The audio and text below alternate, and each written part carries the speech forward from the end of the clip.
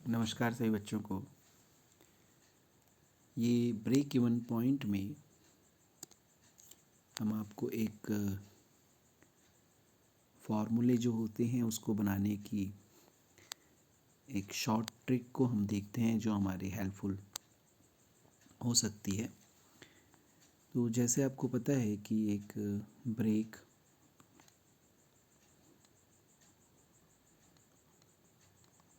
Even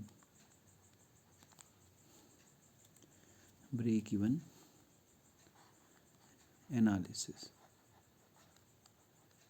okay. तो break even analysis के जो फॉर्मूले आप याद करना चाहते हैं तो उसका सबसे बेस्ट तरीका होता है कि पहले तो आपको एक चीज़ ध्यान रखनी चाहिए कि जो हमारी सेल्स होती है, सेल्स में से जब हम वेरिएबल कॉस्ट माइनस कर देते हैं तो हमको कंट्रीब्यूशन मिलता है।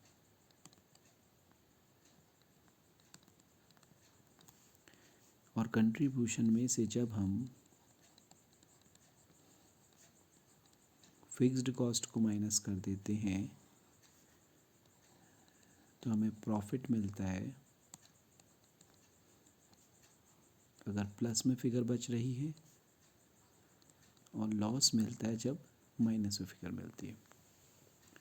तो इस तरीके से अगर हम इनको सिंबलाइज करना चाहें तो सेल्स को अगर हम एस बोल दें, वेरिएबल कॉस्ट को हम वीसी बोल दें, कंट्रीब्यूशन को हम सी बोलें, फिक्स्ड कॉस्ट को हम एफसी बोलें और प्रॉफिट को हम पीटी बोल दें, तो इस फिगर से हम दो फॉर्मूले फाइंड आउट कर सकते हैं कि C equal to S minus V C होता है, और C का एक और मतलब निकल सकता है फिक्स्ड कॉस्ट प्लस प्रॉफिट।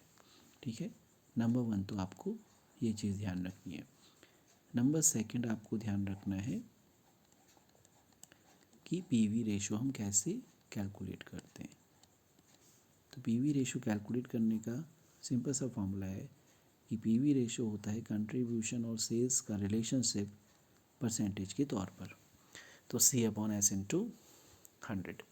अब इसी फॉर्मूले से हम बहुत सी चीज़ें फाइंड आउट करना चाहेंगे कि PV into S equal to contribution होता है।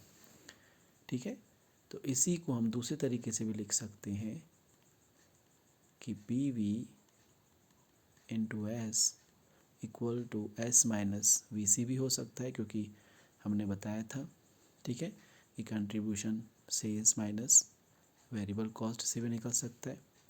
फिर इसी को हम इस तरीके से भी लिख सकते हैं कि PV into S equal to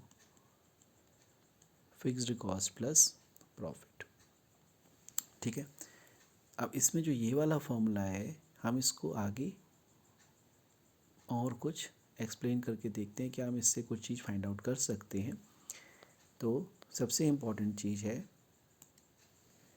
कि जो हमारी सेल्स है उसके दो हिस्से होते हैं। एक हिस्से को हम बोलते हैं BEP, ब्रेक इवन पॉइंट, और एक हिस्से को हम बोलते हैं MOS, मार्जिन ऑफ सेफ्टी। तो BEP और MOS को अगर हम जोड़ दें तो हमको सेल मिल जाएगी। BEP आपको पता है एक ऐसा पॉइंट होता है जिस पे सेल का एक ऐसा पॉइंट है जिस पे ना तो फ़ायदा है और ना ही नुकसान, और MOS ऐसा पॉइंट है जिस पे प्रॉफिट ही प्रॉफिट होता है। तो अगर मैं इस S की जगह इसको रख के देखना चाहूँ तो मुझे मिल जाएगा PV, और मैंने सेल्स को दो हिस्सों में रख दिया इधर पे, BEP plus MOS equal to fixed cost plus profit. इसी वाले फॉर्मूले को मैंने इस तरीके से रख दिया। अब मैं अगर यहाँ पे ब्रैकेट ओपन करना चाहूँ तो मुझको मिल जाएगा PV इंटू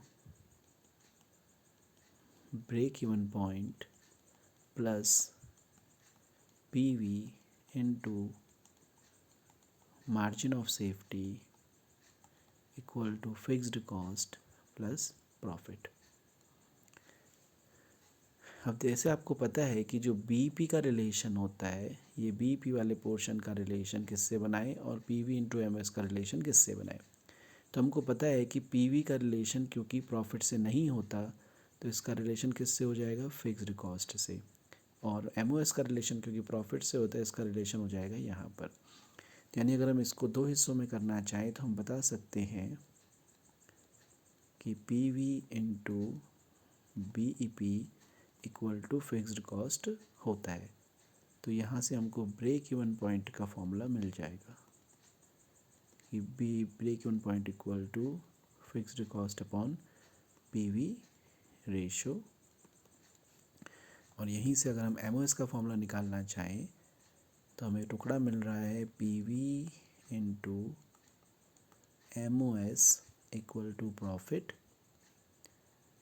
तो MOS equal to profit upon PV ratio. तो अब देखेंगे एक फॉर्मूले से हमने बहुत से फॉर्मूले फाइंड आउट कर लिए। Thank you.